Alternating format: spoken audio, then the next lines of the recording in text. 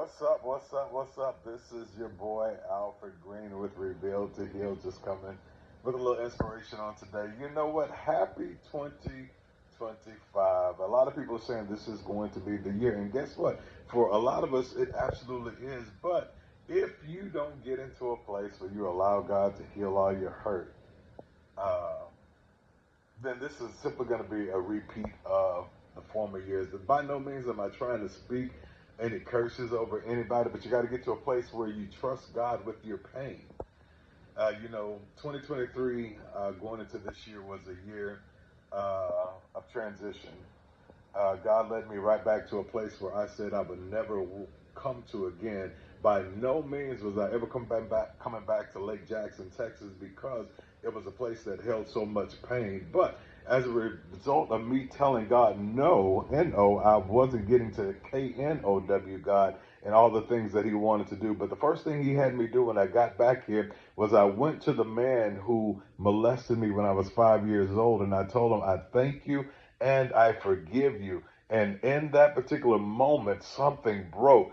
At that point, I was able to give God the rejection, give God the abandonment, give God the identity crisis that I was experiencing throughout my life, give God all the hurt, give God the pain, and really allowed him to go in and perform open heart surgery and extract those things that was keeping me from properly carrying his glory, because some of the things that we refuse to give God become the holes in our hearts that prevents us from carrying his glory the proper way. But until I got to a place where I trusted God to heal my hurt, or I trusted God with my pain, I was simply running with scissors, and I've cut a whole lot of people along my way. And I had to go back and apologize to the ones, because I knew that freedom for them lied in my tongue, but I used my mouth for other things. If you don't know what I'm talking about, go back and catch the podcast I did with the sheet up and all that other kind of good stuff, and talked about how God delivered me from a spirit of homosexuality. But I had to come out of agreement with a lot of spirits that I picked up along the way. But this is not what this is. And yeah, even when I thought I had it together, God said there's still some more work that I needed to do on the inside of you, because if you're called to be the person to break generational curses on your bloodline, you cannot walk around with the spirit of offense in your heart. And I realized I was offended by something that took place when I was at my aunt's funeral a couple of weeks ago, and my mom asked me if I wanted to walk her in, and I said, no, I don't plan on it. And in that moment, I realized that I had some offense in my heart from something that transpired. But God said, I need you to go and ask for forgiveness and apologize. And I'm like, God, why in the hell do I? And I'm just telling how me and the Father, he's my daddy. So we talk, we have real conversations, and you got to get to a point where you're unashamed to cry out. You're unashamed to express all the things that are keeping you bound in your heart. And so I said, why the hell do I got to go and apologize? I ain't doing nothing wrong.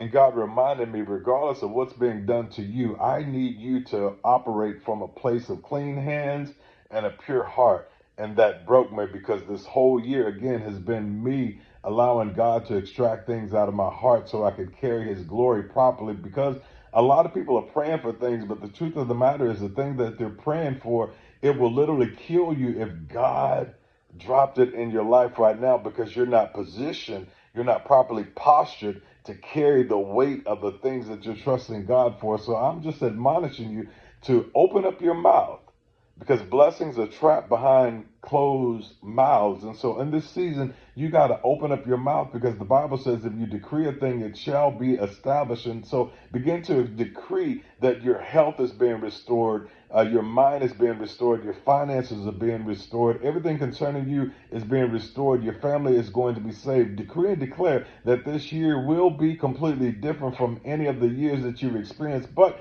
you got to get in a place where you allow God to heal all of your hurt.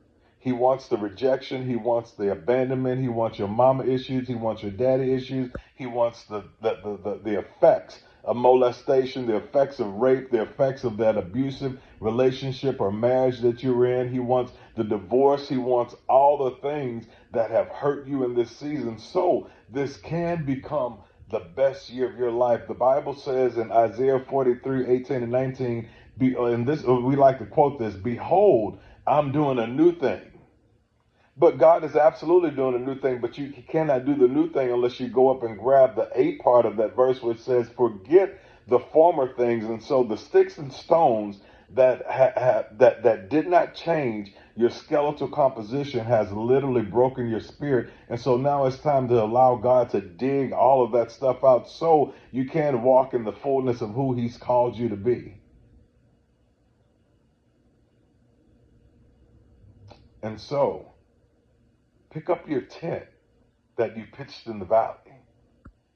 And the problem with pitching a tent in the valley is you become cognizant of all the problems, all the issues, all the worries that are going on in your life. But God tells us to walk through the valley of the shadow of death.